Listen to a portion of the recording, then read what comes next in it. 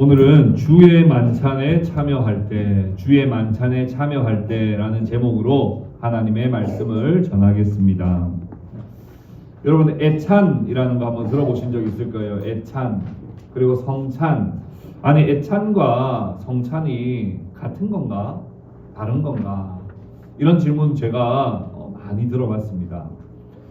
그래서 애찬과 성찬에 대해서 오늘 좀 서론에 먼저 좀 말씀을 드리려고 합니다.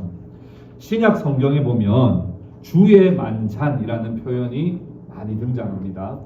주의 만찬이라는 표현을 할 때 이 주의 만찬은 성찬만을 말하는 것도 아니고 애찬만을 말하는 것도 아닙니다. 주의 만찬이라는 표현은 성찬도 되고 애찬도 됩니다. 그 말인즉슨 처음 교회, 초기 교회의 성도들에게 있어서 애찬과 성찬은 따로 구별하지 않았다는 말입니다. 엄밀히 용어가 구분되어 있음에도 불구하고 그들은 성도들이 함께 모여서 말씀을 듣고 함께 식사를 하는 가운데 성찬이 자연스럽게 행해졌기 때문에 그냥 성찬, 애찬이라는 표현이 구분되어 있음에도 불구하고 그냥 그 자리에서 동시에 이루어졌습니다. 분명 성찬은 주님이 제정하신 성례이고 애찬은 이 아가페 피스트죠. 그러니까 사랑의 식탁 교제입니다. 그런데 그것을 구분하지 않아도 됐던 건 뭐냐 하면 성찬을 통해 하나님의 은혜를 받고 애찬을 통해 옆에 있는 성도들과 사랑의 식탁 교제를 나누는 것이 너무 자연스러워서 그 순서를 굳이 막 이제부터는 애찬식을 시작하겠습니다. 자리에 앉아주십시오. 이렇게 하지 않아도 그게 너무나 자연스럽게 조화를 이루었습니다. 당시 상황을 좀 살펴보자면 초기 교회, 처음 교회의 가장 대표적인 사역이 구제 사역이죠. 구제 사역이었다는 점을 생각해 볼 때 성도들 중에 어떤 사람은 평생 써도 남을 정도로 돈을 가지고 있는 부자도 성도 중에 있었는가 하면 오늘 한 끼도 해결하지 못하는 가난한 성도들도 있었다는 것을 알 수 있어요. 그러면 그들이 어떻게 예배 때 나와왔느냐 하면 부자들은요 같이 나눠 먹을 음식을 잔뜩 가지고 예배에 나옵니다. 그리고는 예배를 함께 드리고 식사를 같이 나누면서 자연스럽게 성찬과 애찬이 자연스럽게 이루어졌던 것이죠. 그런데 언젠가부터 교회 역사 속에 부작용과 문제가 발생하기 시작했습니다. 성찬과 애찬을 그냥 자연스럽게 계속 하다 보니까 점점 주님이 제정하신 성찬의 의미가 변질되고 그러다 보니 주의 만찬을 하는 그 자리에 은혜와 사랑으로 막 채워졌던 공간이 이제는 방탕함과 분열과 갈등으로 번지는 일들이 교회 안에 많이 일어났던 것입니다. 성찬과 애찬이 조화를 이룰 때가 있었는가 하면 성찬과 애찬을 구분하지 않으니까 이제는 점점 그 분위기가 어떤 분위기가 되냐 하면 먹고 마시는 것이 중점이 되게 됐어요. 그리스도의 몸과 그리스도의 피를 먹고 마심으로 우리가 그리스도와 연합한다는 그 거룩한 의미는 점점점 퇴색되어져 가고 성찬을 뭔가 목사님이 하려고 하면 그냥 빨리 하고 다 같이 먹는 게 성찬이죠. 굳이 그렇게 할 필요까지 뭘 그렇게 합니까? 하며 계속 성찬의 의미를 계속 희미하게 만들고 애찬의 의미만 계속 강화시켜 갔던 교회 역사의 모습들이 있었습니다. 그러다 보니까 애찬이 훨씬 더 중점이 됐어요. 근데 애찬이 중점이 되다 보니까 어떻게 되겠습니까?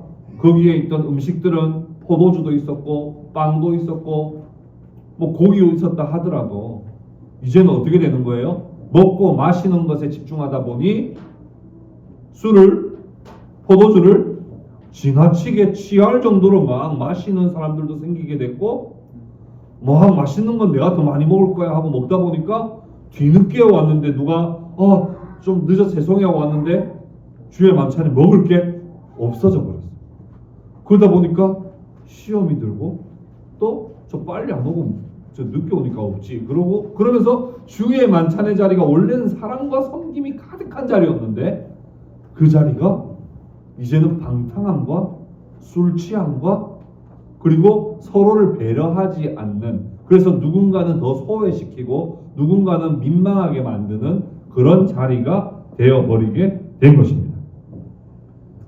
주님의 의도와는 점점 멀어지게 되었고 오히려 교회를 세우는 게 아니라 교회를 깨트렸으며 문제는 커져만 갔던 것이죠. 그래서 교회 역사 속에 2세기부터는 성찬을 예배 순서 안으로 가지고 온 거예요. 성찬을 예배 순서 안에 가지고 와서 예배 드릴 때 모두가 주의 죽으심과 주님의 다시 오심과 주님과 연합의 의미를 훨씬 더 강화하여 우리 모두가 성찬의 은혜를 누리고, 그리고 난 다음에 애찬을 구별하여 애찬을 통해 사랑의 식탁 교제를 할 수 있도록 그렇게 한 것입니다. 그런데 또 문제가 발생했어요. 애찬은 언제든지 항상 과한 일들이 생겼어요. 그래서 나중에는 뒤에는 애찬만 하니까 또 술 취하는 사람들이 생기기 시작하고 또 서로 배려하지 않는 모습들이 생기기 시작하다 보니 4세기에 활약했던 아우구스티누스의 기록에 의하면 예배 마치고 애찬도 주의해서 하되 주의할 수 없다면 애찬도 하지 않는 것으로 하겠습니다 라고 하는 그 기록이 있습니다. 주의 만찬은 말 그대로 주님의 은혜를 받고 주님의 은혜를 나누는 복된 식사의 자리였습니다. 그러나 그것이 제대로 지켜지지 않고 명확하게 지켜지지 않다 보니까 그것이 점점 더 변질되어 오히려 교회를 깨트리고 술 취함과 방탕함으로 서로에게 상처를 주는 일들이 많이 일어나게 되었던 것이죠.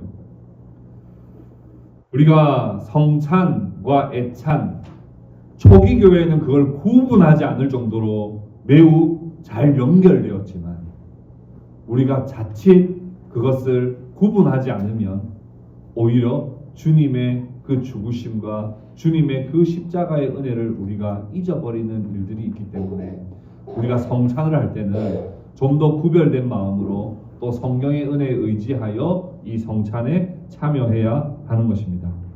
오늘 고린도전서 11장 본문 말씀에는 이 내용의 전반적인 내용들이 여기에 포함되어 있습니다. 바울이 세웠던 고린도 교회죠.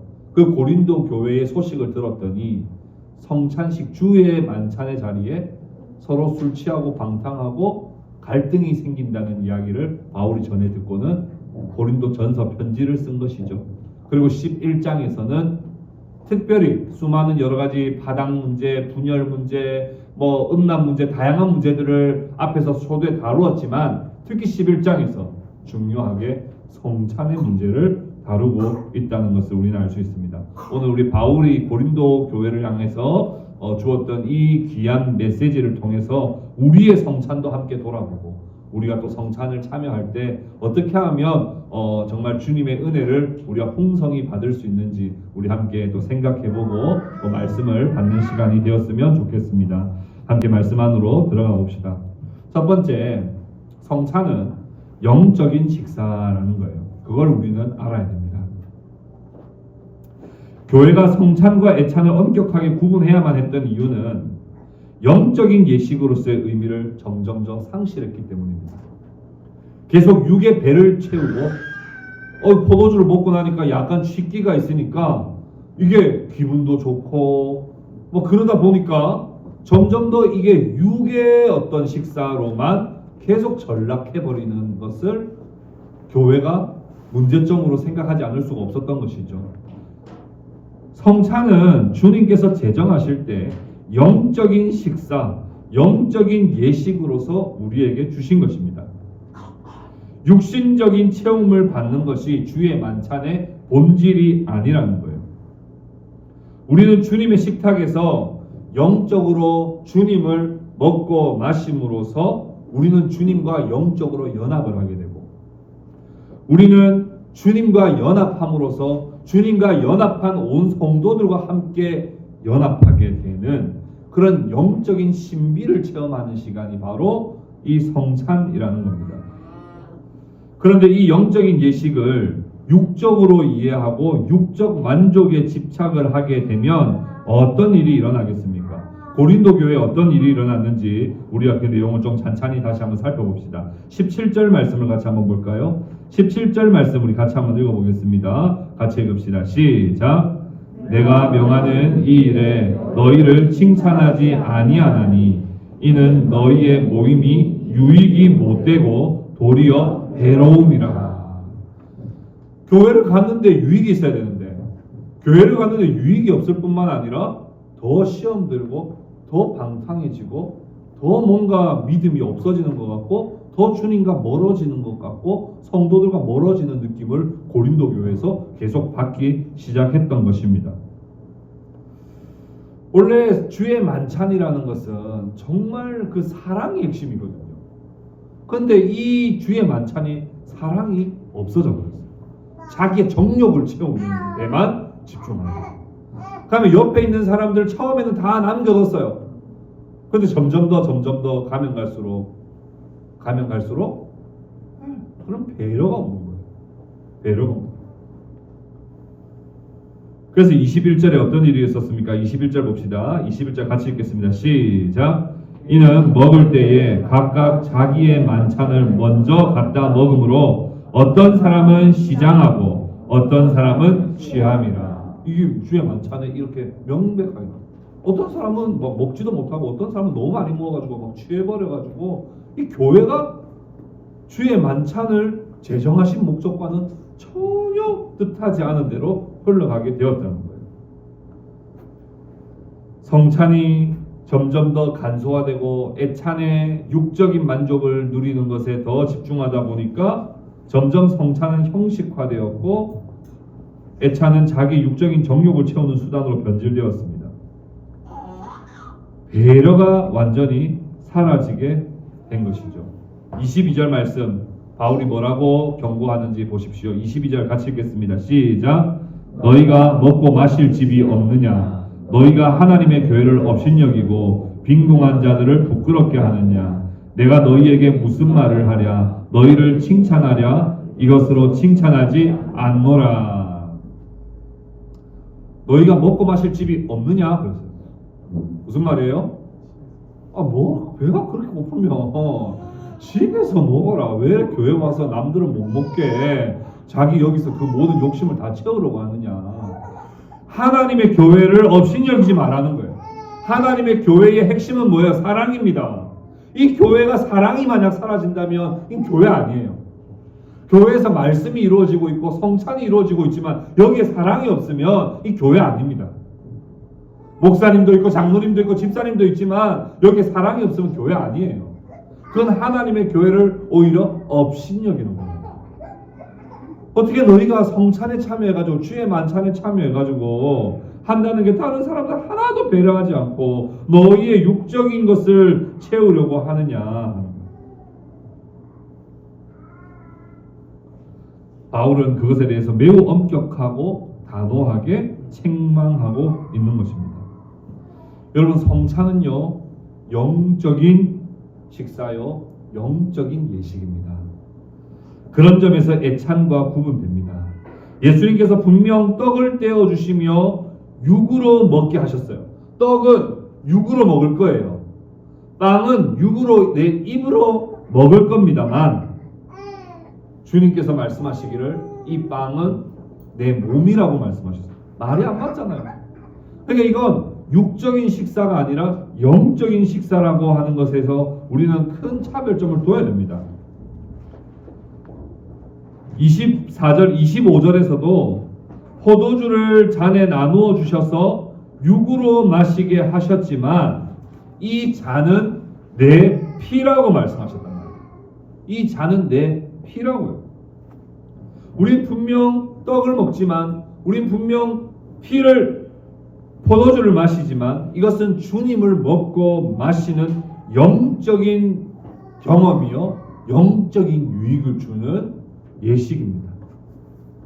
어떻게 이게 가능한가?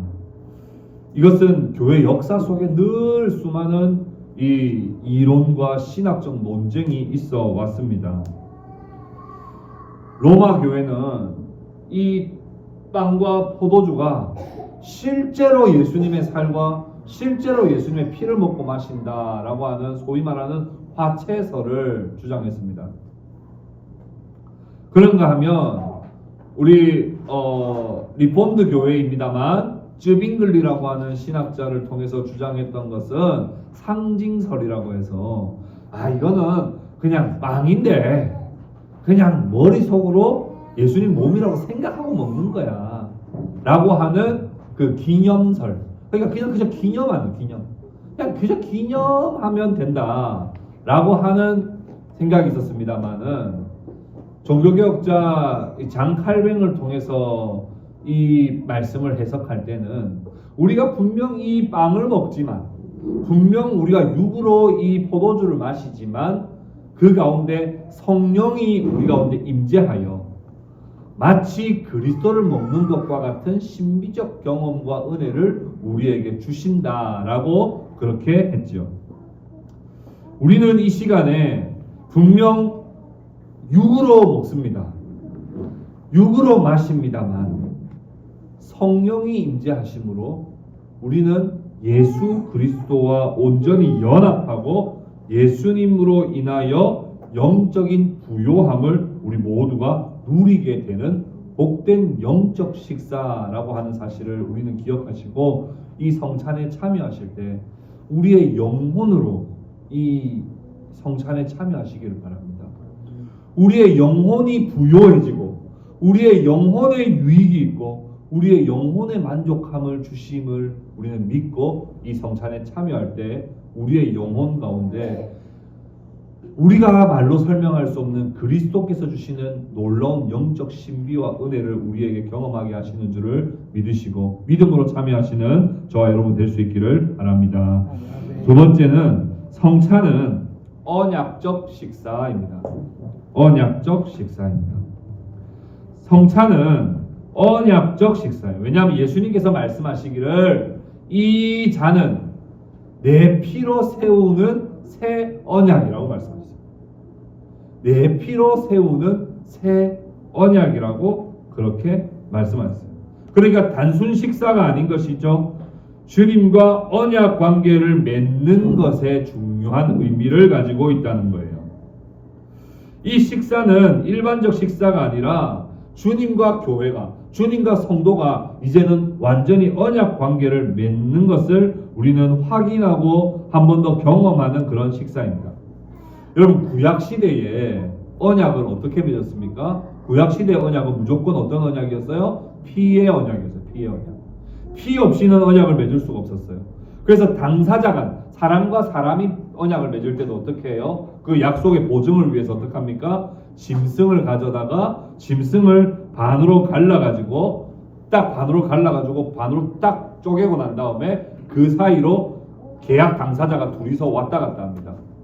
이건 무엇을 의미하는 거예요? 이 약속을 어기면 이 짐승처럼 된다는 것을 약속하기 위해서 우리 같으면 요즘에는 그냥 다 이렇게 도장 들고 인감증명서 들고 가지고 도장 찍고 이렇게 하면 되지만 그 당시는 짐승을 갈라놓고 그 사이에 왔다 갔다 하고 난 다음에 계약이 잘 성사되면 그것으로 식사를 함으로써 이 모든 언약식이 마치게 되는 것이 구약시대의 그 당시의 언약 방식이었습니다.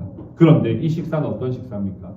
이 식사는 그리스도께서 직접 피 흘리시고 그리스도께서 직접 찢기시고 피 흘리시고 그 피가 보증이 되어 우리에게 영원한 생명을 보장해 주시는 그 언약적 식사라고 하는 사실을 우리는 기억해야 하는 것입니다. 예수님께서 먼저는 오직 12명의 제자들에게만 이 성찬을 베푸셨어요. 왜냐하면 그것을 제대로 알고 믿는 사람은 12명밖에 없었기 때문이에요. 예수님께서 죄인들하고도 식사를 하시기도 하시고 5,000명과 함께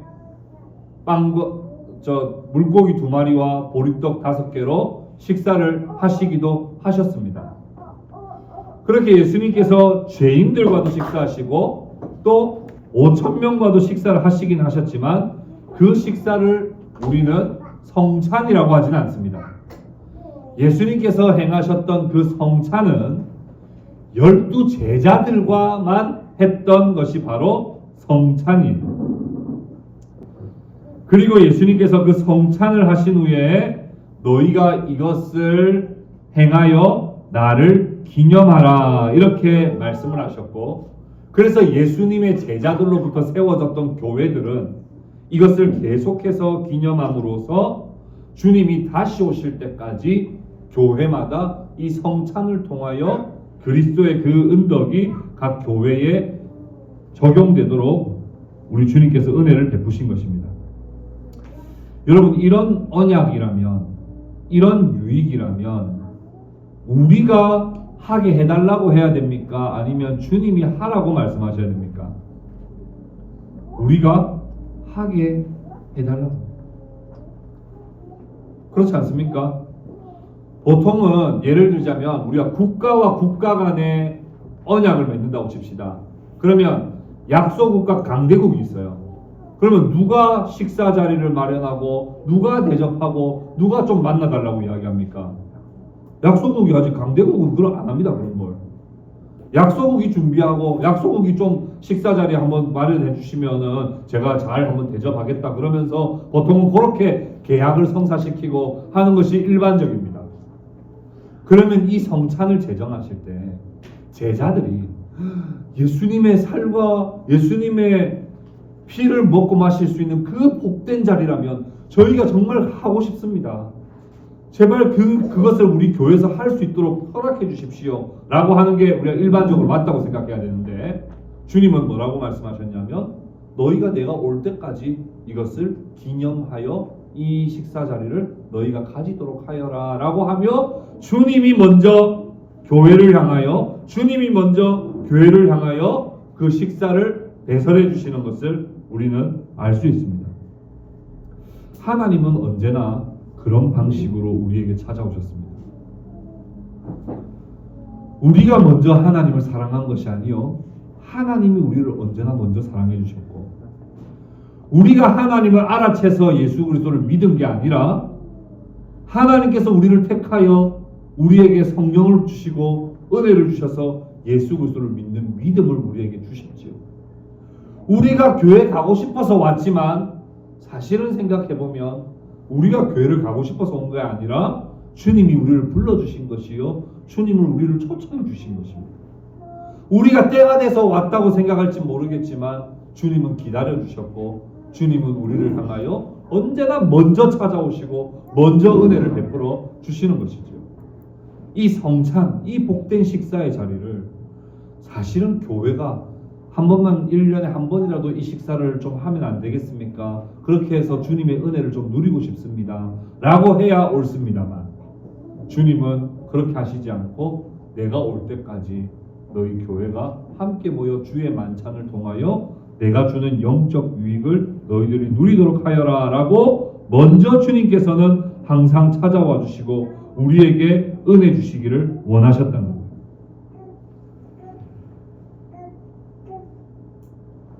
26절 말씀 우리 같이 한번 읽어볼까요? 26절 말씀 우리 같이 읽겠습니다. 시작. 너희가 이 떡을 먹으며 이 잔을 마실 때마다 주의 죽으심을 그가 오실 때까지 전하는 것이니라.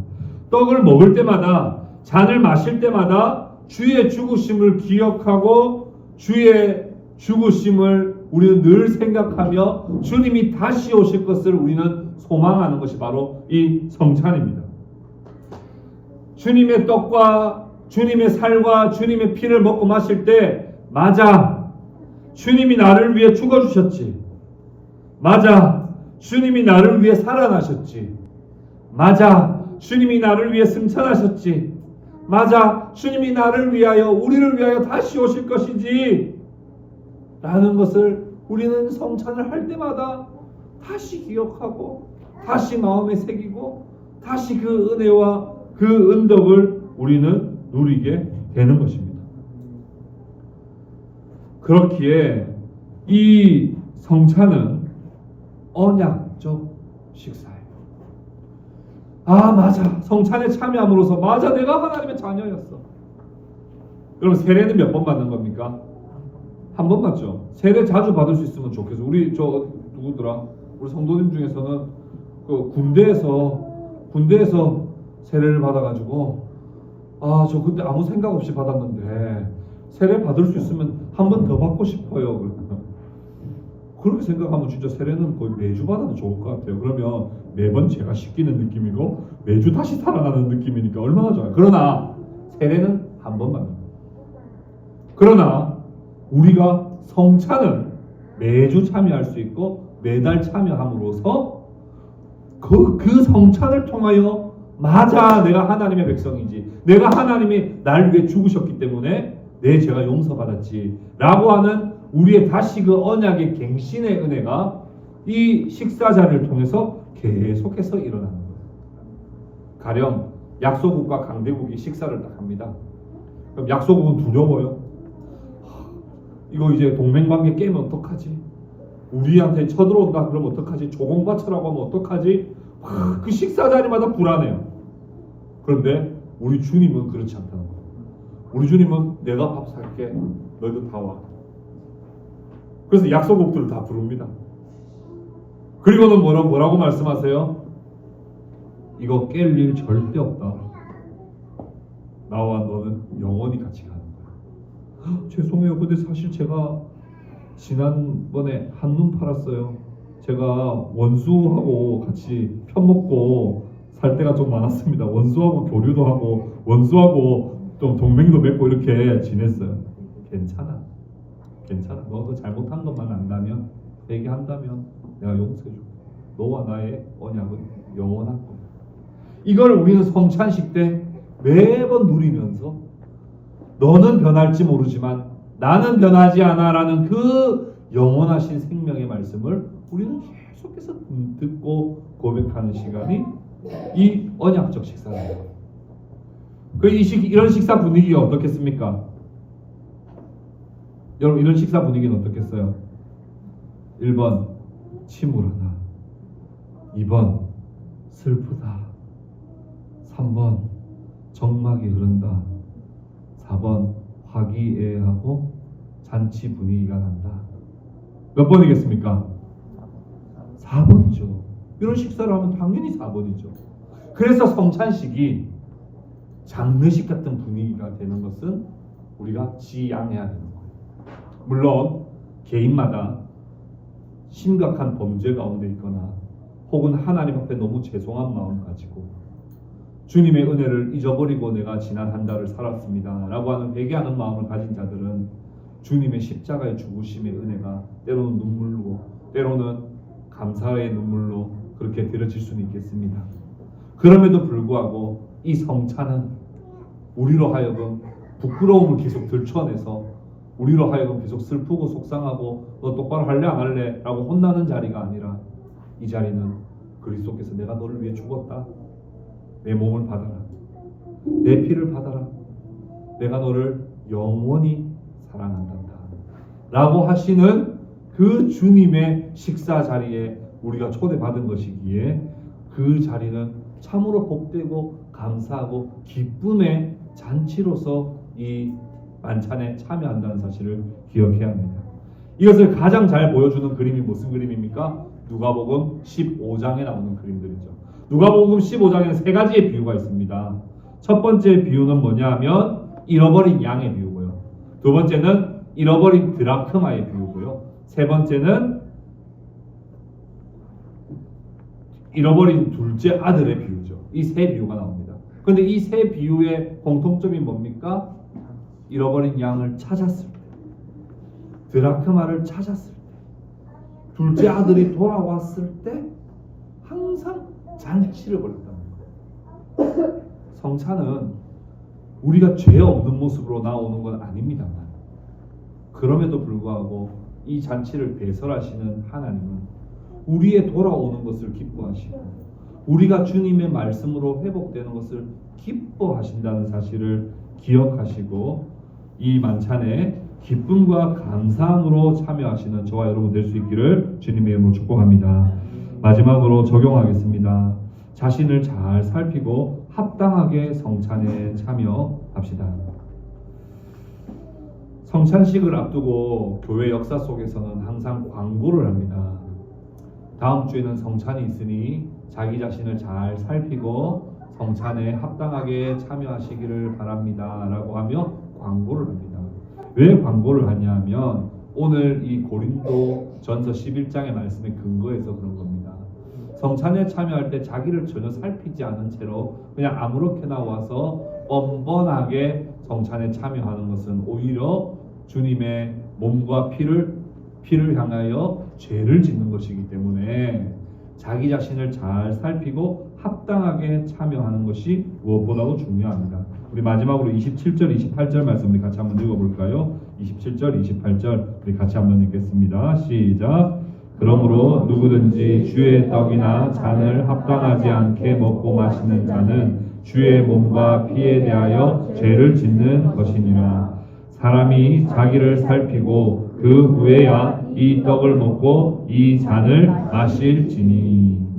성찬에 합당한 자세는 자기 자신을 살피는 것입니다. 자기 자신을 살피는 모습을 통해 우리는 온전히 그리스도와 연합을 하기 때문입니다. 조금 더 쉽게 예를 들어볼게요. 여러분들도 그런지는 모르겠는데 어제 주아가 친구 집에 놀러 갔습니다. 친구 집에 놀러 갔는데 그 친구 엄마가 이렇게 주아하고 친구하고 노는 사진을 이렇게 가끔씩 사진 찍어서 이렇게 보내주거든요.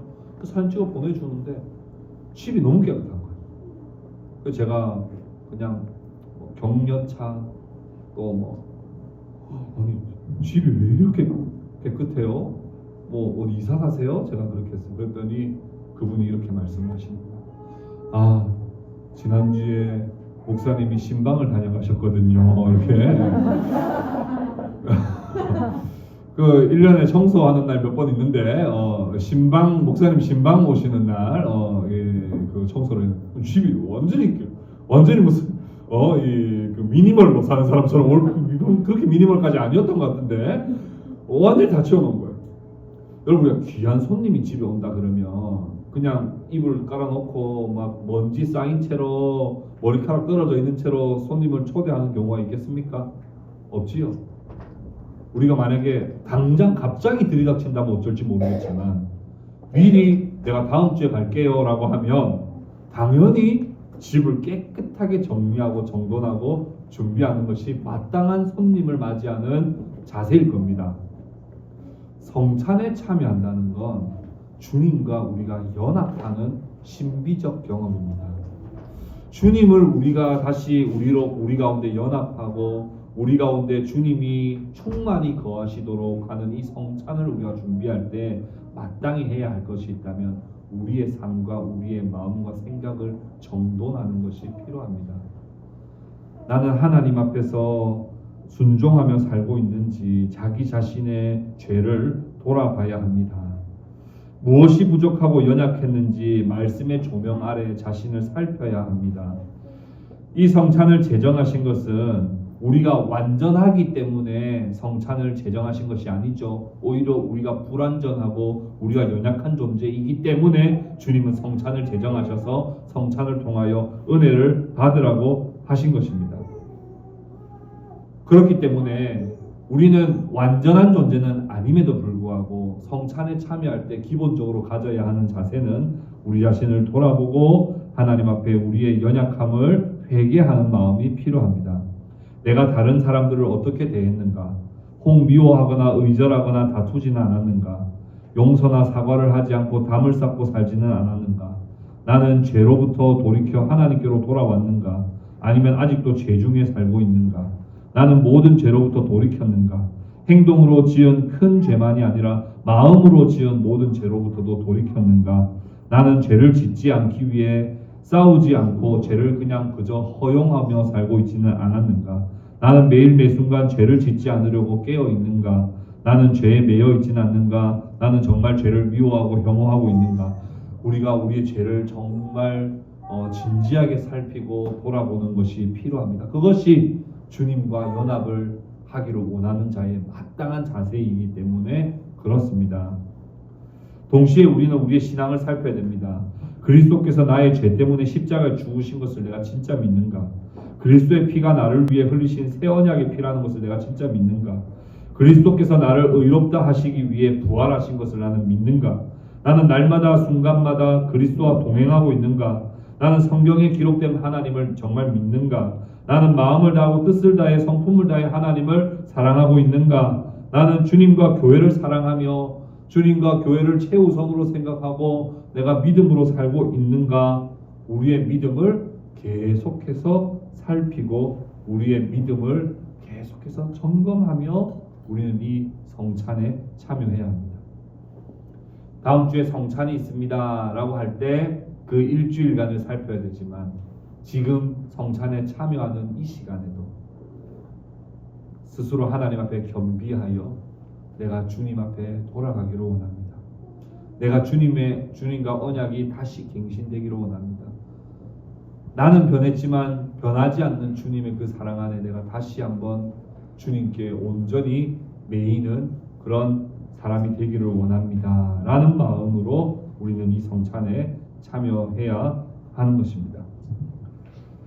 우리 자신을 살피고 합당하게 성찬에 참여할 때 우리는 영적으로 언약적으로 은혜와 유익이 충만해집니다.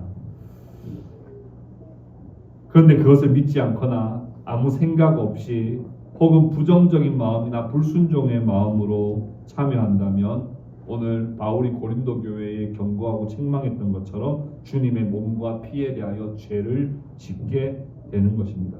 그래서 목사님들이 보통 성찬회 할 때 심각한 범죄 가운데 있거나 내가 회개하지 못한 죄가 있어서 내가 도무지 이 앞에 나올 수 없다고 생각이 되면 성찬에 참여하지 않는 것도 좋습니다. 그러나 진심으로 회개할 마음이 있다면 진심으로 주님의 은혜를 간절히 원한다면 성찬에 참여하시는 것이 좋습니다 라고 멘트를 하는 것은 다 이 말씀에 근거한 안내입니다. 말씀을 정리합시다. 주께서 다시 오실 때까지 우리에게 말씀이라고 하는 이 은혜의 방편을 주셨지만 오늘날 교회가 성찬이라고 하는 은혜의 방편을 매우 번거롭고 귀찮게 여기는 경향이 있습니다. 주님은 말씀을 전하라고 하셨을 뿐만 아니라 내가 다시 올 때까지 이 성찬을 통하여 주님의 영적인 유익과 은혜를 누리라고 우리의 교회에게 말씀해 주셨습니다. 오늘 이 성찬에 함께 참여할 때 주님의 주시는 그 크신 은혜와 또 영적인 유익을 온전히 누려서 정말 주님의 크신 은총으로 충만해지는 그런 저와 여러분들이 다 되실 수 있기를 주님의 이름으로 축복합니다.